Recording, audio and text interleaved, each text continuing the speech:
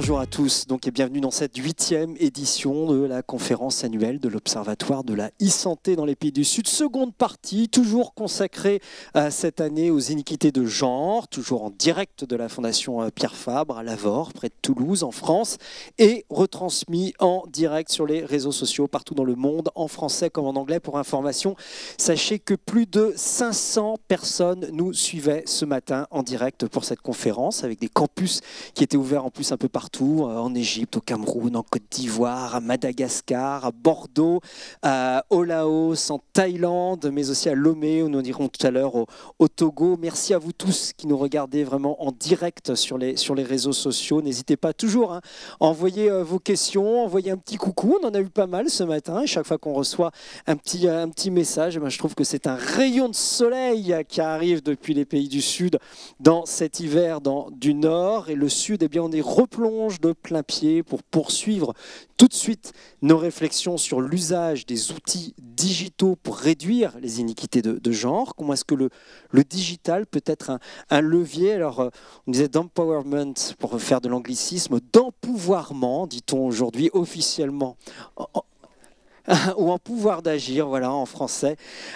Comment est-ce que le digital peut aider en la matière? Comment ces outils peuvent-ils embarquer des communautés, donner plus d'autonomie, de pouvoir aux femmes? Eh bien, pour y répondre, vont me rejoindre tout de suite Nelly Munyassa, qui est directrice exécutive du Reproductive Health Network Kenya, le réseau de santé reproductive au Kenya. Nelly, hop, voilà, venez me rejoindre ici, on peut l'applaudir.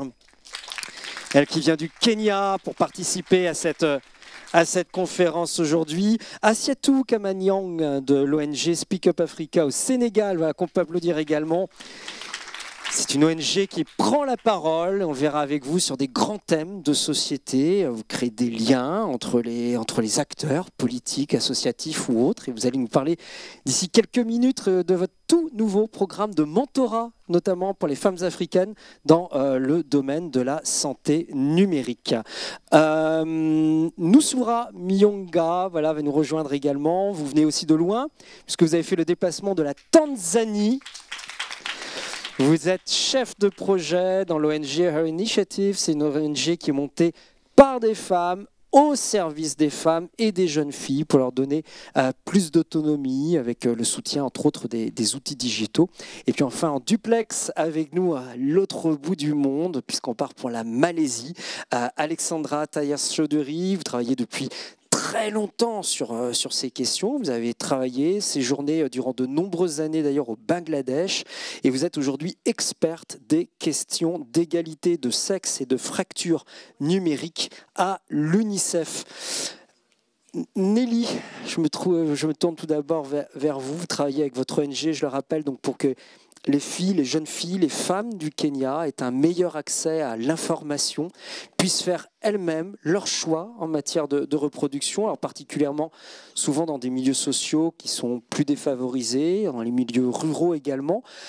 Avant d'expliquer comment et pourquoi vous utilisez des outils digitaux, peut-être nous dire pourquoi c'est si important pour vous de donner de l'information, c'est un mot qu'on entend depuis ce matin, de l'information au Kenya. I think I missed the last. I'm sorry about that. If you can just summarize the question. Je vais résumer ma question. Elle est toute simple. On insiste beaucoup sur l'information à donner aux jeunes femmes et aux femmes, tout simplement, aux hommes aussi d'ailleurs, depuis ce matin. Pourquoi, pour vous, au Kenya, c'est si important de cet enjeu de l'information? Yeah. Thank you so much.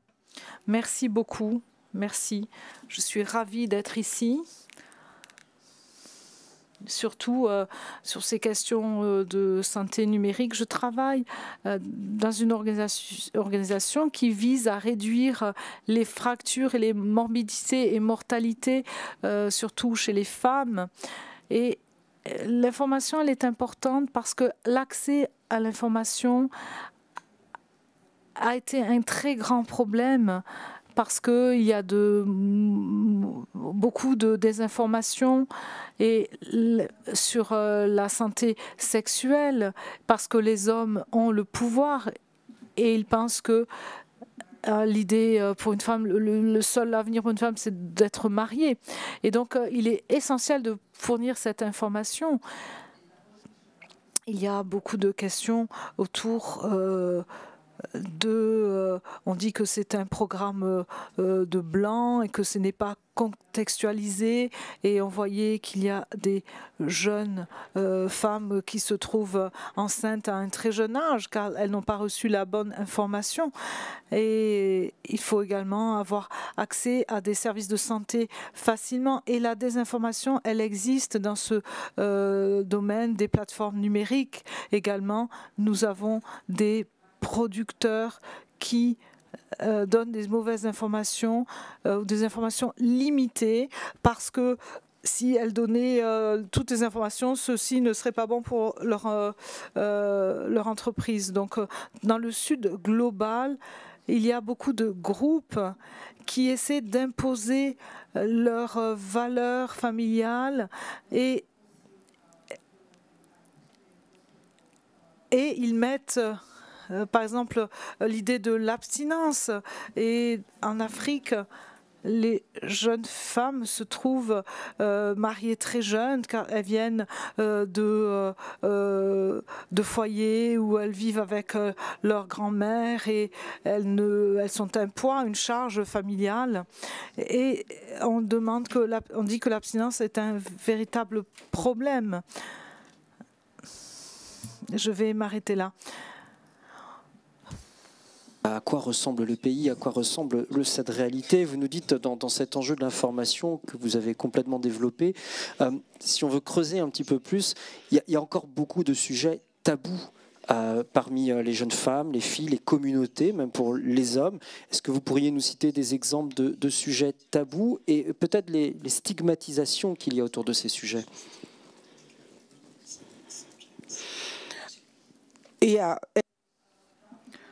Oui, dans cette vidéo, c'est un document que nous avons fait pour aider les personnes dans des zones extrêmement rurales et reculées.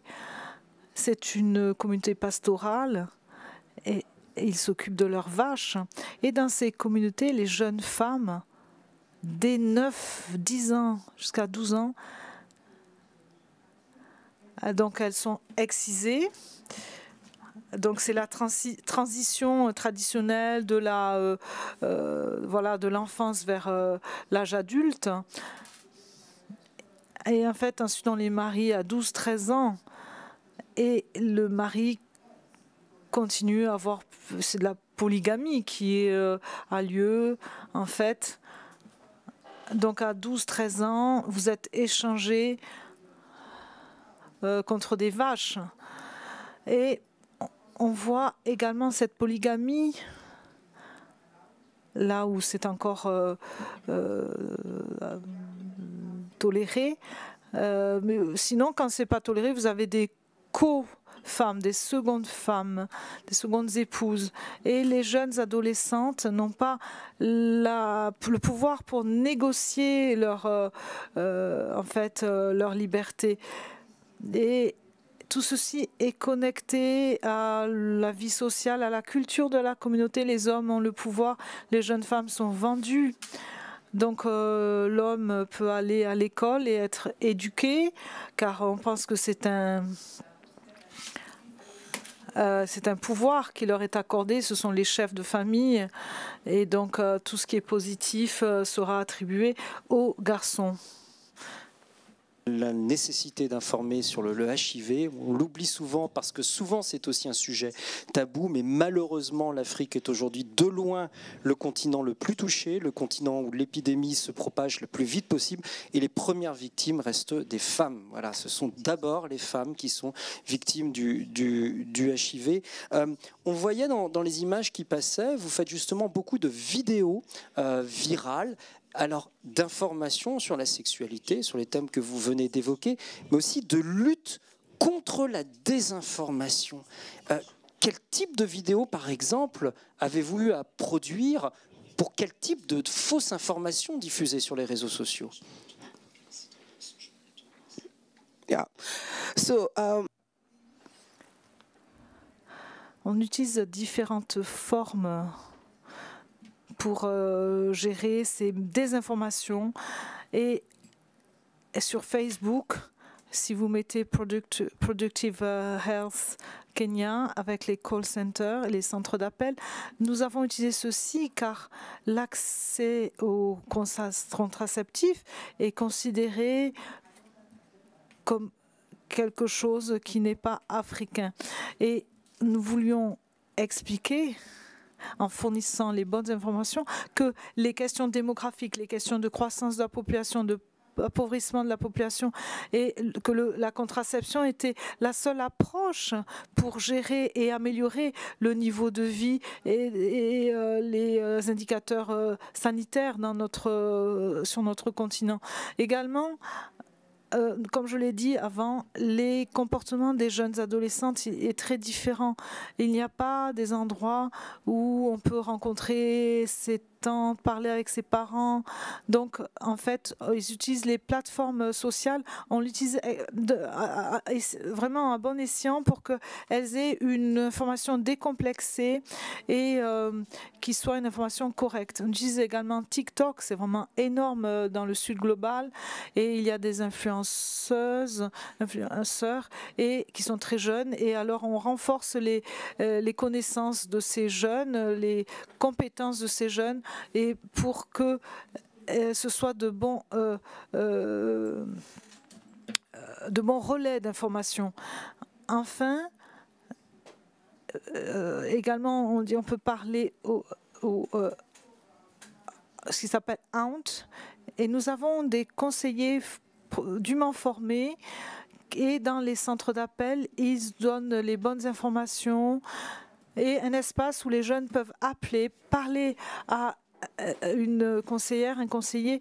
Et grâce à ceci, au Kenya, nous sommes les premiers pays où les lignes directrices en termes de sexualité reproductive, eh bien, elles sont clairement établies. Et au Kenya, c'est un petit peu restreint, mais au moins, ceci donne le pouvoir aux praticiens de santé, et ceci nous a permis d'éviter les avortements auto-faits, et nous utilisons ce centre d'appel qui est également relié à une plateforme numérique pour fournir des informations. Et dans tout ceci, les centres d'appel sont critiques et un élément absolument important du système. S'il y a des complications, eh bien, la personne, le praticien de santé, reste un point tout à fait critique pour apporter une solution et apporter la bonne information, l'information pertinente. On voit à quel point vous avez poussé la stratégie digitale, et pas la peine d'aller souvent inventer de nouveaux outils. Il y a des plateformes aujourd'hui qui sont extrêmement importantes sur l'ensemble de la planète en termes de pénétration, et vous les utilisez toutes. Vous avez cité Facebook, vous avez cité Instagram, vous avez cité TikTok, vous avez aussi beaucoup de vidéos, de contenu qui passent sur WhatsApp, sur des boucles WhatsApp. Vous avez votre propre plateforme, vous complétez par un call center derrière. Donc on voit la stratégie digitale extrêmement forte et de masse pour toucher des jeunes populations. Est-ce qu'à travers ces réseaux sociaux, vous voyez des mouvements de changement dans les communautés que vous visez? Parce que quand on envoie un message sur, allez, prenons Instagram par exemple, ou sur TikTok, on ne touche pas une personne. On touche une personne qui va le partager à tout son cercle d'amis, de copains ou autres. Est-ce que cela fait évoluer les mentalités plus vite?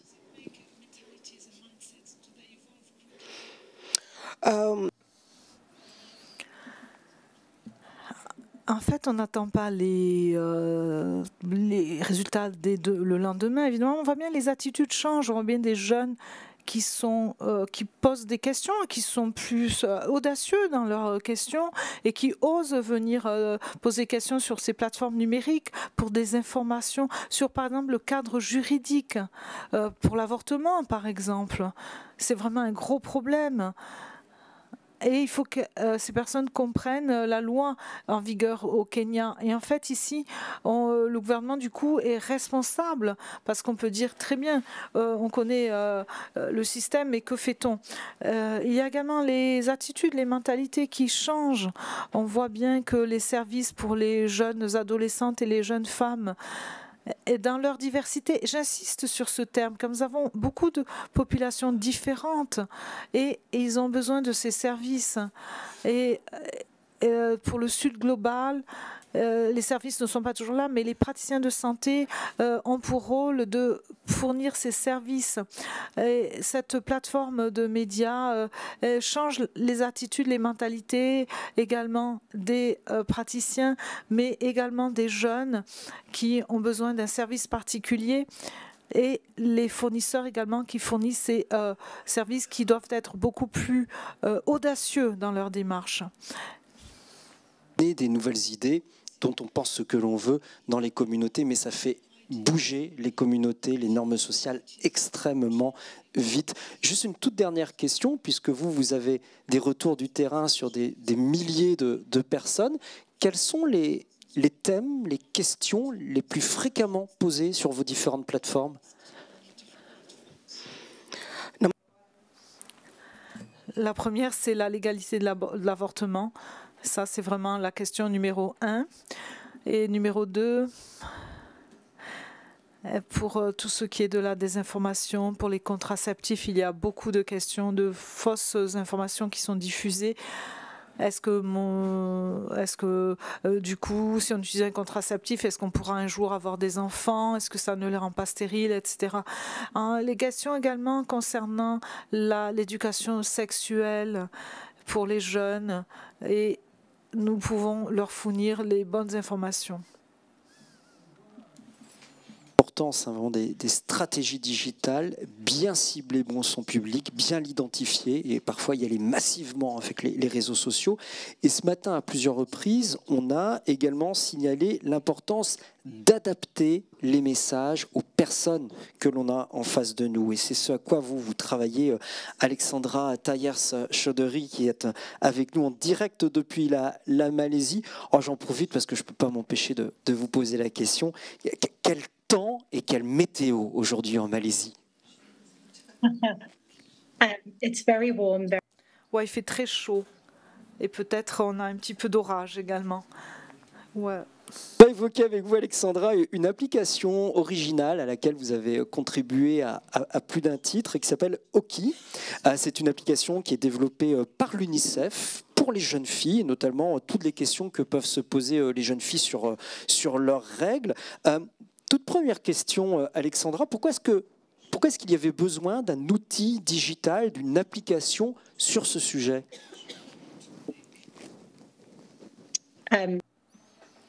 Oui, c'est une superbe question. Pourquoi? Comme vous l'avez dit avant, beaucoup de jeunes filles se posent des questions sur la menstruation et sur la santé reproductive et la santé sexuelle. Et en fait, il y a beaucoup de désinformation, et ces informations, elles sont privées. Les jeunes filles veulent avoir un espace privé où elles ont une réponse très rapide avec un outil qu'elles utilisent facilement tous les jours. Donc nous avons passé de nombreux mois à travailler avec des jeunes filles en Asie, tout d'abord, là où l'outil a été d'abord développé. Ensuite, il s'est développé sur 14 pays avec l'Afrique subsaharienne également. Mais on a voulu leur parler pour savoir comment elles géraient leurs informations. Et on a vu que le numérique avait son rôle à jouer. Et on a bien vu qu'il y a eu donc cet outil numérique qui est ressorti des demandes.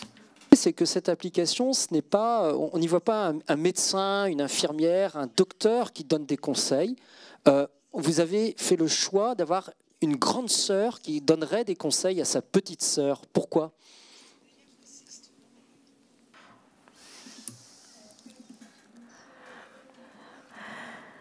La manière dont nous avons développé ceci, en fait, c'est la forme d'une grande sœur. Et lorsqu'on a parlé aux jeunes filles, on a bien vu que dans tous les nouveaux marchés, les jeunes filles nous disent que les informations qu'elles veulent avoir, elles se sentiraient beaucoup plus à l'aise de travailler avec une personne aînée, parce qu'on peut poser toutes les questions qui leur viennent à l'esprit, des questions qui peuvent être gênantes autrement. Et donc, on n'utilise pas des connexions à des médecins ou à des infirmières, d'abord pour des questions d'ordre privé. Et le côté privé est très important dans cette application. On ne demande aucune donnée sur l'emplacement où se trouve le lieu, où se trouvent les personnes, mais également pour la connectivité. Et les jeunes filles n'ont pas besoin de l'Internet pour l'utiliser. Et ça, c'est important. Dès qu'il y a un service avec un médecin ou une infirmière, vous avez besoin d'Internet. Là, on n'a pas besoin d'Internet. Et les jeunes filles et les femmes n'ont pas accès à Internet en général. C'est vraiment, on le trouve beaucoup en Afrique subsaharienne et c'est pour ça qu'on a fait cette application de cette manière. Je vous propose tout de suite de découvrir en vidéo. Hi, welcome to... Alors, voici une application pour des jeunes filles comme vous. Je m'appelle Amy. Et on va voir ce qui se passe avec ton corps. Par exemple, on parle des menstruations. Je m'appelle Oki. Alors, choisis une amie comme moi et on va voir, on va t'aider à chaque étape. Ça, c'est ton cycle menstruel. Et chaque jour, ça, c'est le jour où ta future menstruation doit arriver pour le mois suivant. Il faut qu'on voit un petit peu ton humeur, le flux de ta menstruation, ton corps, tu te sens comment, et tes activités, qu'est-ce que tu as fait, qu'est-ce que tu as mangé avec des cartes. Et également, tu as ta carte personnalisée. Ensuite, les quiz, les questions du quiz. Ton calendrier, tu dois vérifier ton calendrier pour voir si tu es régulière. Et regardez la santé, la nutrition, l'exercice. Et n'oublie pas, je suis là pour t'aider. Salut, bienvenue à Oki. Bonjour les filles, au revoir les filles et tout ce qui a trait aux règles. On peut l'applaudir parce que c'est une très belle application. Et c'était important de la voir en image pour se rendre compte du changement qu'elle apporte. On n'est pas dans de l'information médicale classique, c'est designé pour des jeunes filles. On est dans une esthétique qui correspond à des jeunes filles. On est dans des avatars que chacun va choisir en fonction de sa couleur de peau ou autre, de ses intérêts. On est dans un langage qui est adapté à des jeunes filles. On est dans un univers de jeux vidéo. On est dans une interactivité classique d'application. On met des petits cœurs, on bouge le doigt. Tout ce que la jeunesse demande aujourd'hui. C'est une application donc développée par l'UNICEF qui est en open source. Alexandra, est-ce que ça veut dire que n'importe qui peut l'adapter n'importe où, dans quel pays ?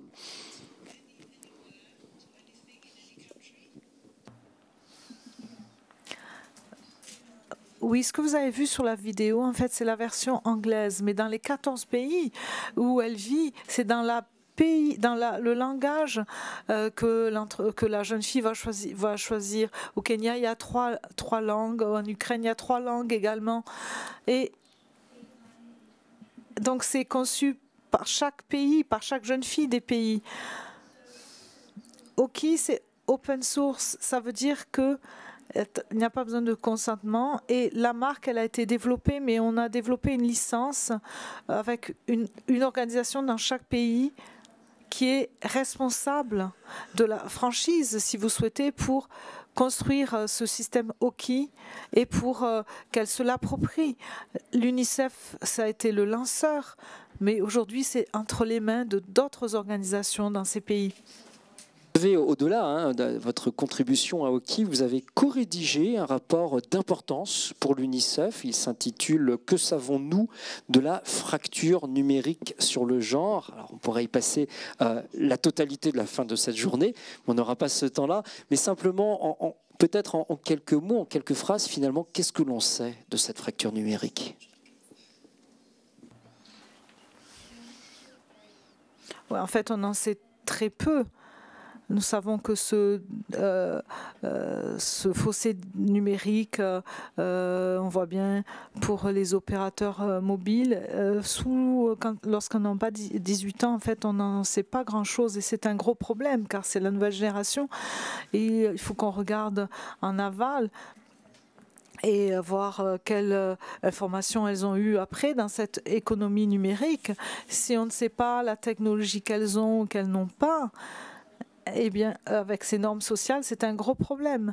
On ne peut pas vraiment concevoir ceci.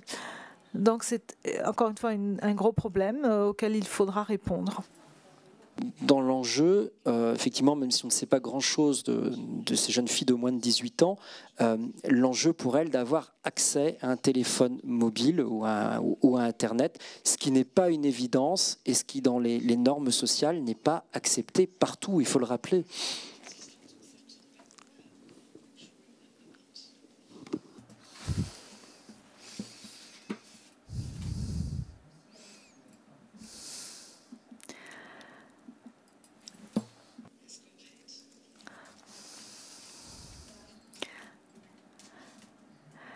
Non, je ne peux qu'acquiescer ce que vous disiez. De pays où il ne faut pas oublier que parfois le père, le mari, le frère ne permet pas à une jeune fille de regarder seule un écran pour des tas de raisons. Et si on ne prend pas cet élément en compte, on ne peut pas avancer dans les outils digitaux.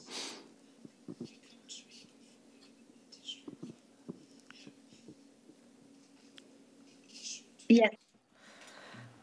Oui, absolument. Il y en a beaucoup au Bangladesh où il y a des normes de genre extrêmement fortes et beaucoup de peur de la partie numérique avec on dit que les filles peuvent être approchées par des hommes, etc. Et c'est vraiment avec des scènes qui sont considérées comme très négatives dans leur société. Et donc les belles-mères et d'autres membres de la famille sont là pour les empêcher. Je viens de voir.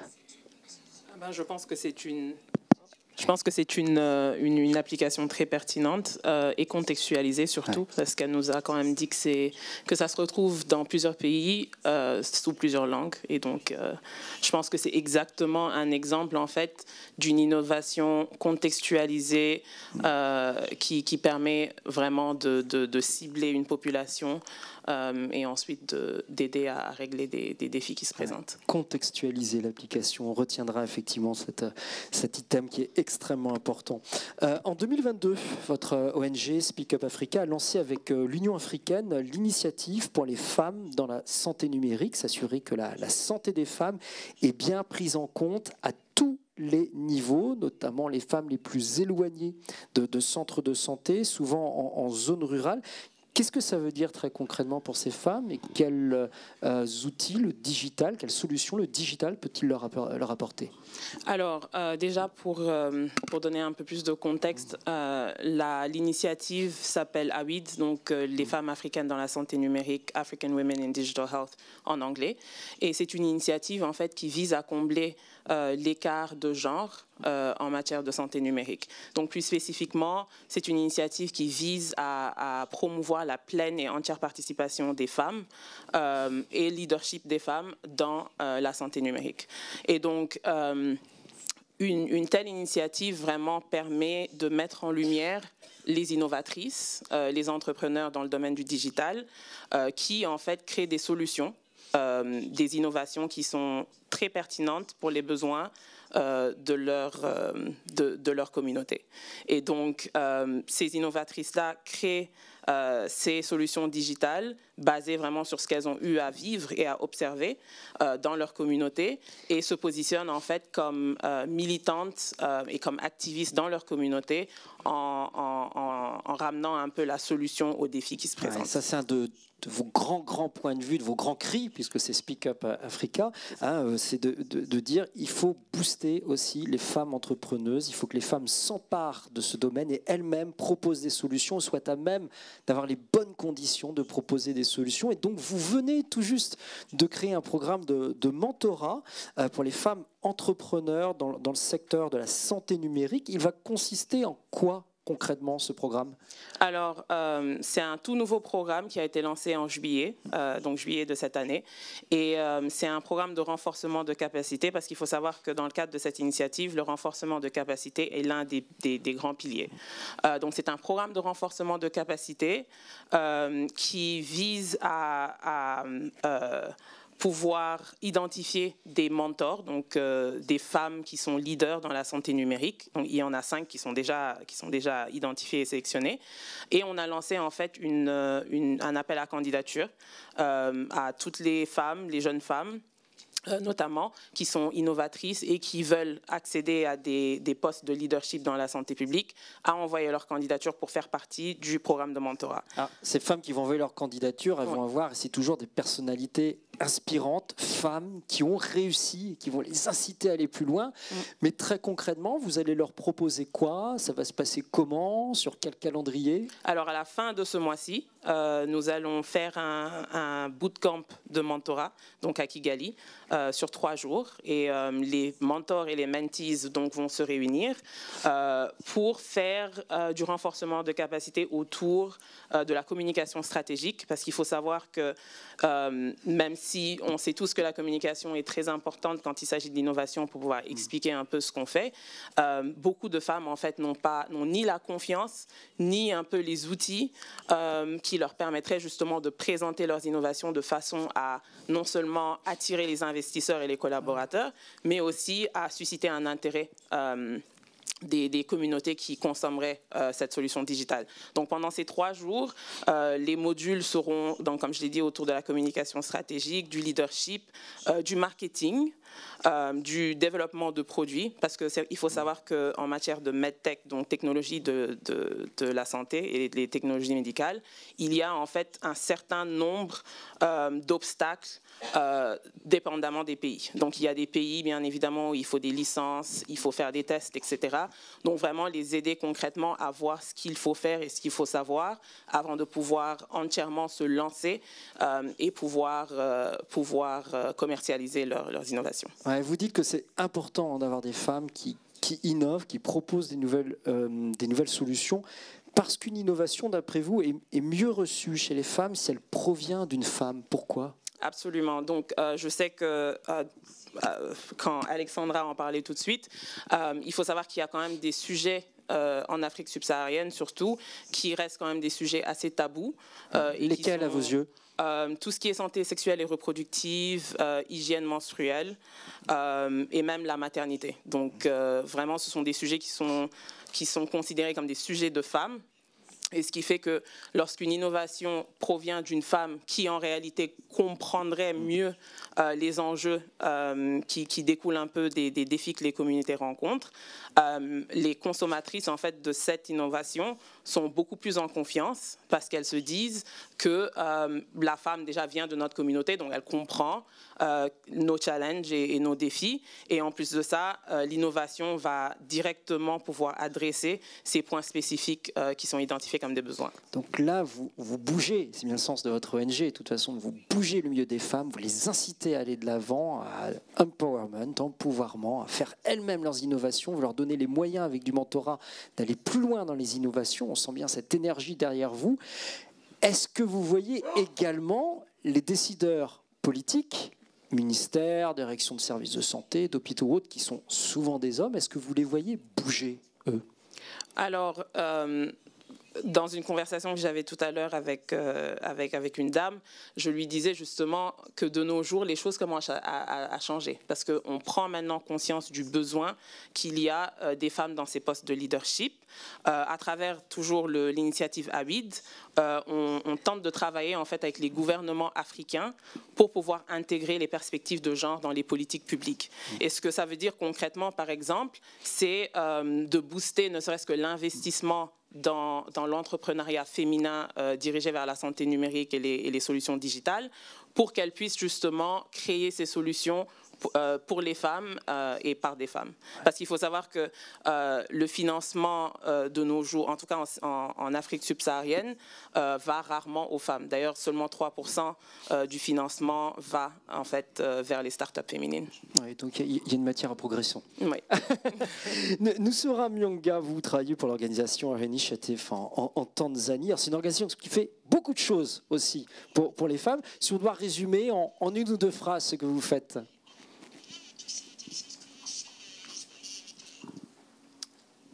Please say that again.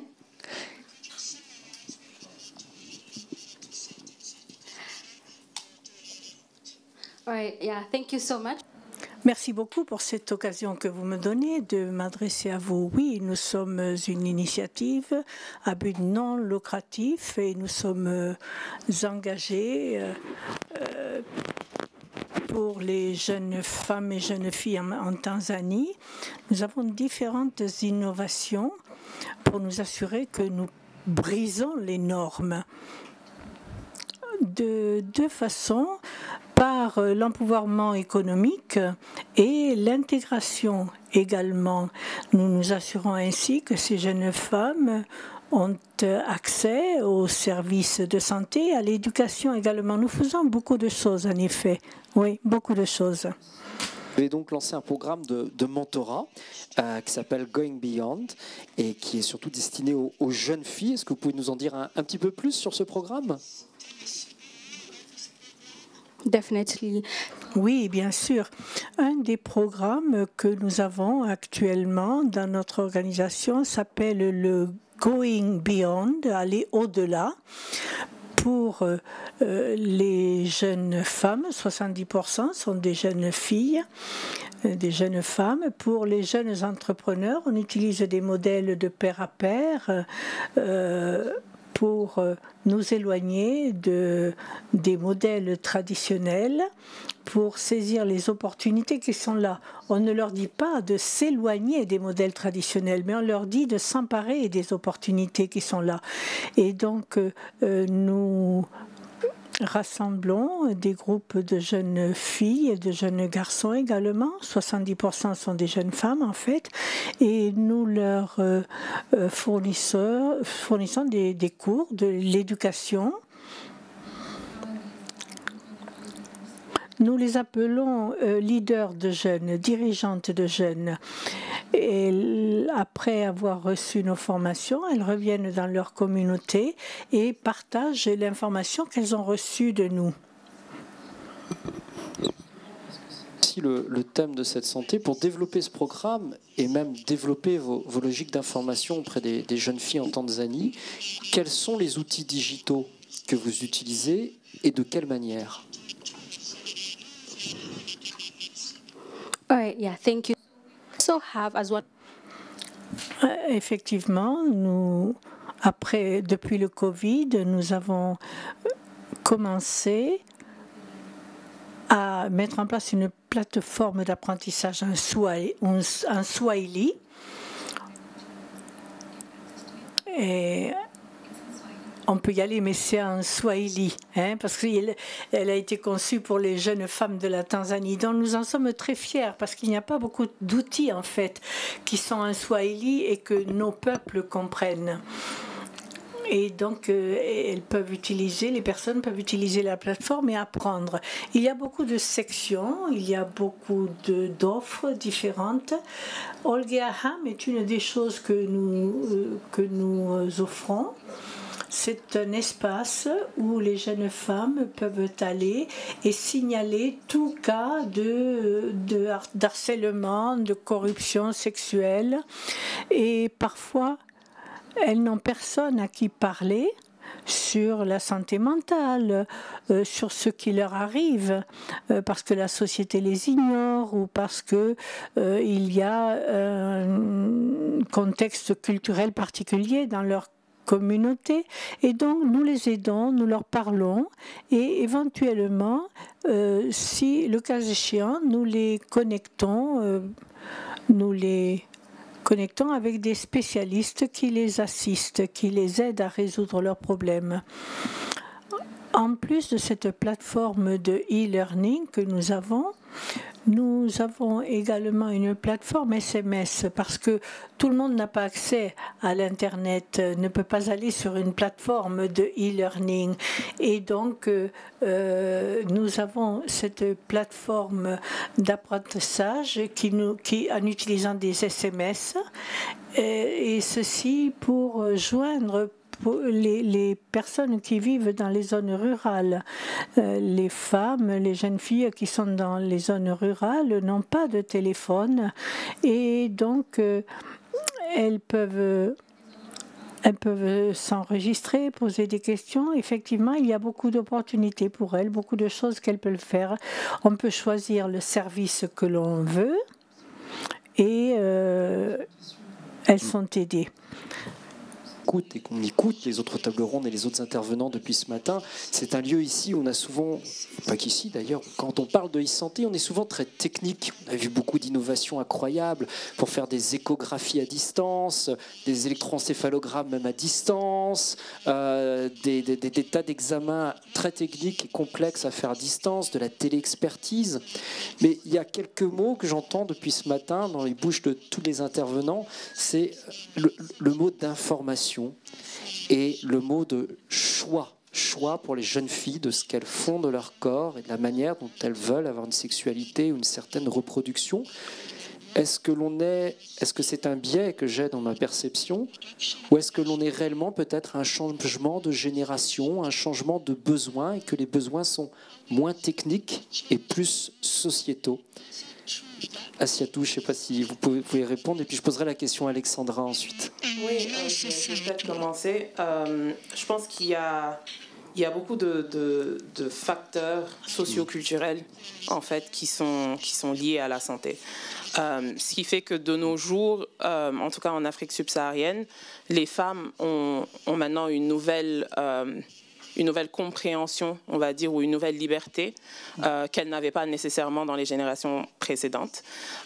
Et donc, ça fait que pour certains freins socioculturels, par exemple le mariage précoce, qui est quand même assez répandu en Afrique subsaharienne, les femmes réalisent maintenant qu'elles ont en fait le choix ou est le droit de ne pas se marier tôt, juste parce que la société le dicte.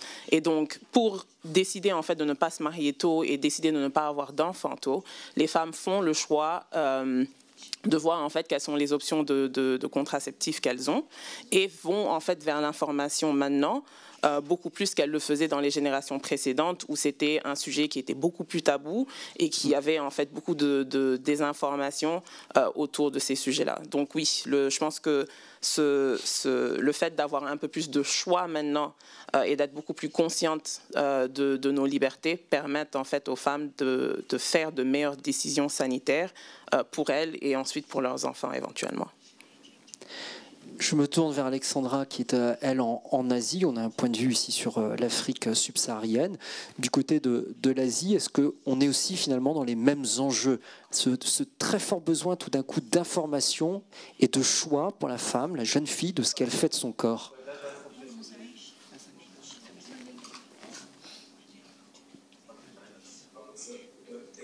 I mean, I have a slightly different answer for you, just thinking in the context of digital. Le son, s'il vous plaît. Vous avez posé une question sur les besoins. Alors, nous apprenons, nous avons des plateformes digitales pour les filles. Donc, vous avez donné l'exemple de la e-santé. Et moi, je parle à partir du prisme digital. Ce n'est pas nécessairement nouveau tout cela, c'est simplement que les questions sont différentes. La dernière question de cette table ronde.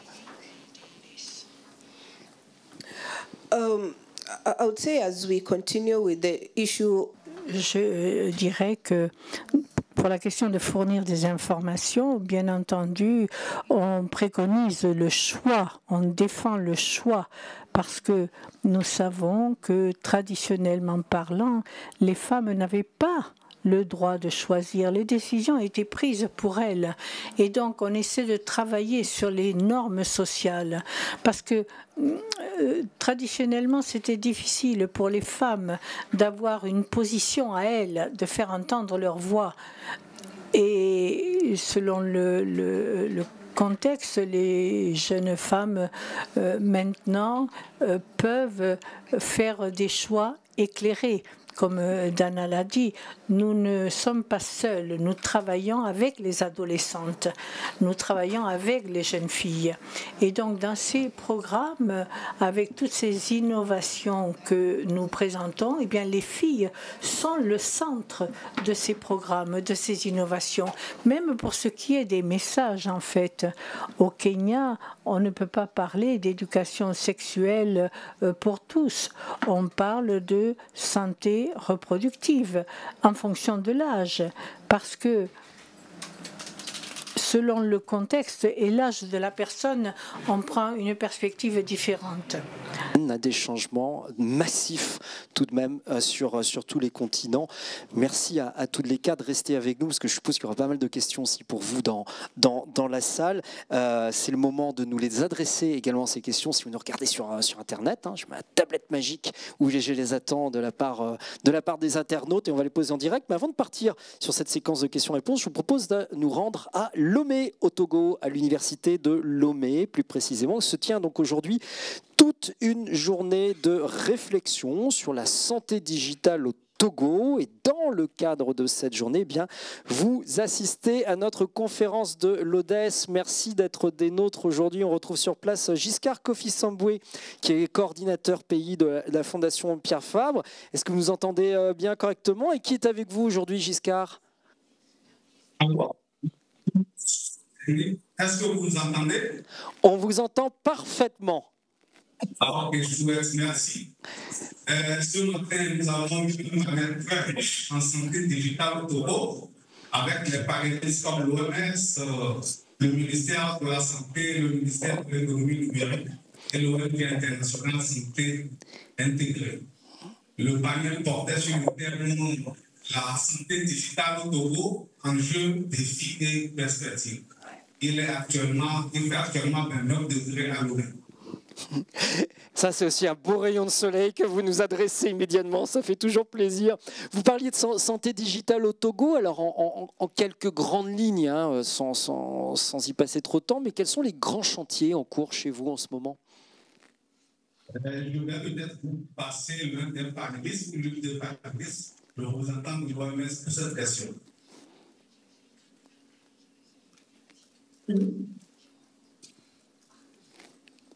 Merci pour l'invitation. Alors, au début du panel, les grands chantiers, déjà, le processus est entamé, on est encore au niveau de la base, c'est-à-dire mise en place d'une gouvernance pour coalition des initiatives de santé numérique, mais les projets, les initiatives sont déjà prises. Donc, à l'instar de l'information donnée par intégrée, le coordinateur est juste le point mais également des applications sur Internet, inventives, pour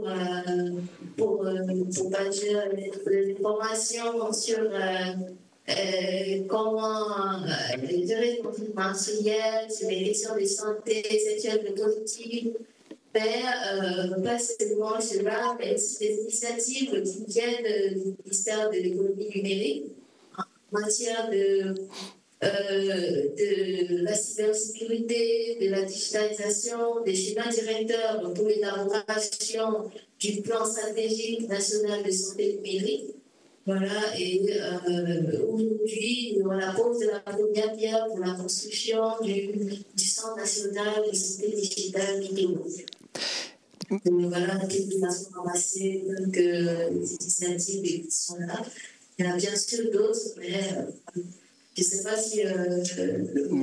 Merci pour ces précisions. Toute dernière question pour vous à Lomé. Est-ce que vous vous retrouvez dans ce qui a été dit dans cette table ronde et est-ce que vous avez une question pour nos invités? Est-ce que l'assistance a une pression? Oui.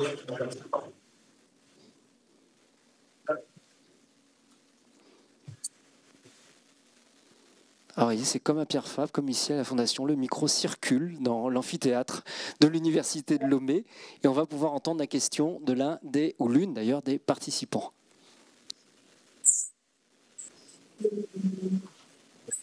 On met l'accent sur les femmes et les jeunes filles. Et je voudrais quand même suggérer aujourd'hui l'enseignement de santé à intéresser les jeunes garçons. Parce que tout le comportement que nous souhaitons observer doit également inclure les hommes qui sont des moteurs de la culture et qui perpétuent les éléments socioculturels. Donc, je vais faire un plaidoyer pour les panélistes, pour ceux et celles qui ont présenté des projets, qu'on puisse inclure donc, les champions jeunes hommes aujourd'hui dans cette politique de changement et nous présentons par rapport à... Alors, je vais reprendre votre question, puis je vais la poser, du coup, peut-être à Assiatou, qui est avec nous aujourd'hui, ou à Mansoura, l'une ou l'autre qui veut répondre. Effectivement, comment est-ce que l'on inclut les hommes, et je veux dire particulièrement les jeunes générations d'hommes, puisqu'on parle beaucoup des jeunes générations de femmes. Comment est-ce que vous incluez? Quel changement vous voyez chez les jeunes générations d'hommes? Allez, Mansoura. Definitely. Oui, merci pour cette question. En effet, c'est une question excellente. Et on me la pose chaque fois que je dis que je travaille avec des jeunes filles. Notre but, c'est de travailler avec les jeunes filles, effectivement, mais dans les communautés où nous travaillons, il y a également de jeunes hommes. Et avec le programme, notre programme, par exemple, est conçu par les femmes et pour les femmes, mais les jeunes garçons et les jeunes hommes y ont accès également. Si vous êtes un jeune homme et vous vous inscrivez, eh bien, ça ne vous rejette pas, absolument pas. Mais c'est conçu, adapté aux jeunes filles, parce que normalement, elles ont des problèmes pour accéder à l'information. Il y a à peu près 7000 personnes qui sont inscrites sur la plateforme et 95% sont des jeunes filles. Mais les garçons et les jeunes hommes sont acceptés également. Nous, parce que nous croyons en l'intégration des deux. Oui, nous impliquons les jeunes également, les jeunes hommes. Dans la salle. Normalement, il est allumé. Moi, j'ai une question sur le financement en fait, de ces applications digitales et sur est-ce que vous avez trouvé une solution, un business model pour qu'elle continue d'exister, parce que en fait, ça vient souvent combler des déficits et des services de l'État qui ne sont pas existants. Et du coup, on vient combler un manque. Sauf que ce manque, on oublie de dire que ça coûte très cher en fait de maintenir des applications actives, notamment toutes les applications sur les cycles menstruels et tout ça. Ça paraît simple d'usage, mais à construire c'est extrêmement complexe. Et du coup, ça nécessite des développements continus et ça nécessite du coup beaucoup d'argent. Une grande complexité aussi pour les publier, pour être présent sur les plateformes. Et tout ça, c'est des freins. Est-ce qu'aujourd'hui vous avez penser à une solution, notamment Speak Up Africa, pour accompagner ça, parce qu'on ne parle pas d'ONG, on parle d'initiatives, souvent de toutes petites initiatives, et comment on accompagne ça aujourd'hui? Oui, c'est une très bonne question. En fait, on a pu constater que c'est en effet un grand problème de durabilité par rapport à toutes ces applications qui sont créées, notamment pour les startups, surtout féminines, qui ont beaucoup moins de financement. Et nous sommes vraiment en train de promouvoir tout ce qui est collaboration et partenariat stratégique pour pouvoir assurer cette durabilité.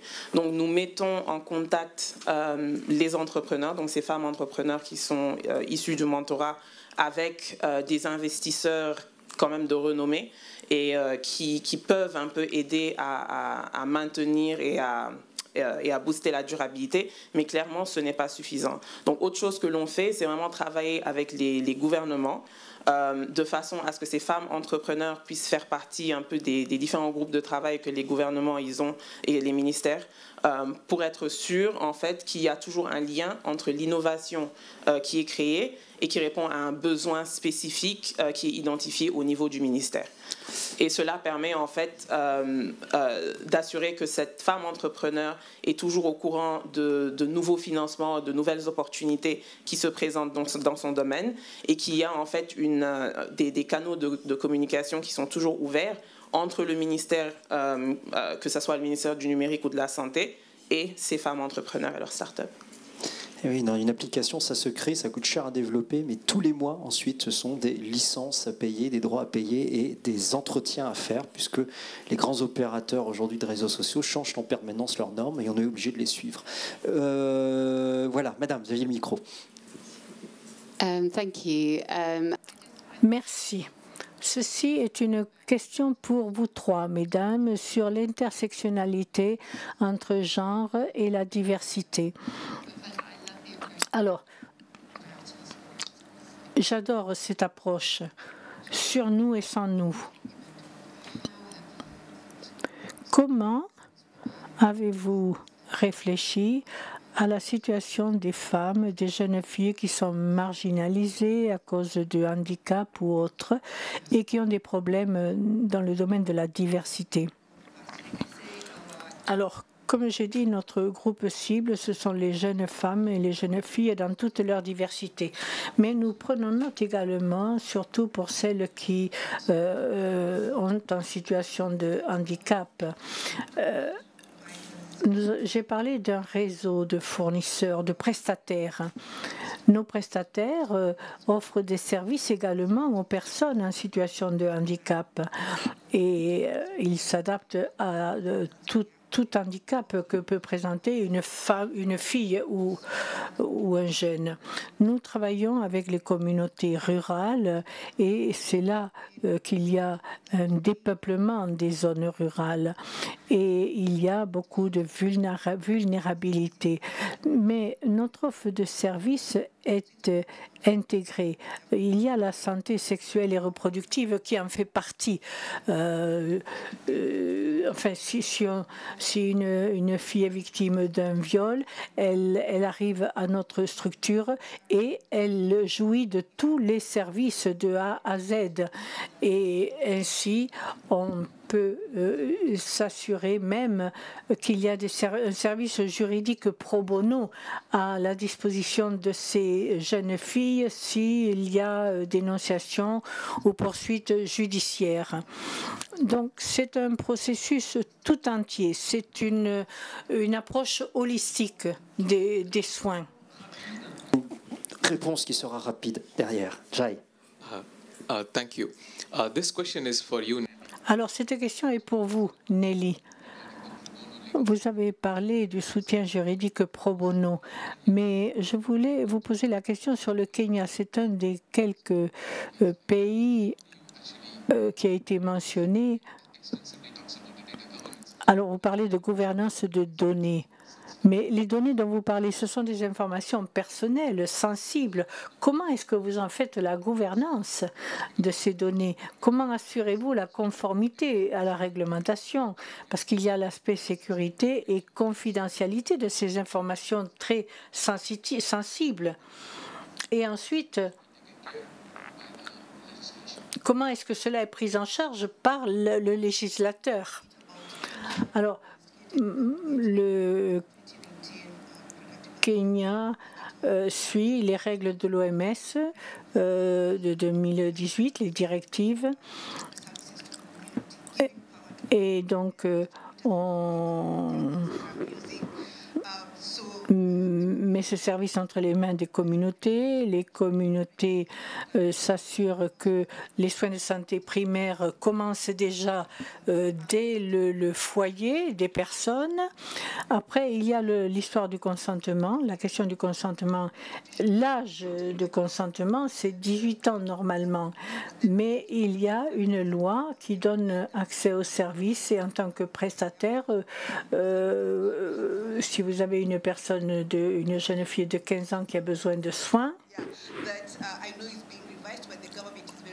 alors cette loi est en cours de révision, mais même les plus jeunes qui ont besoin de services, eh bien, il est important de le leur fournir.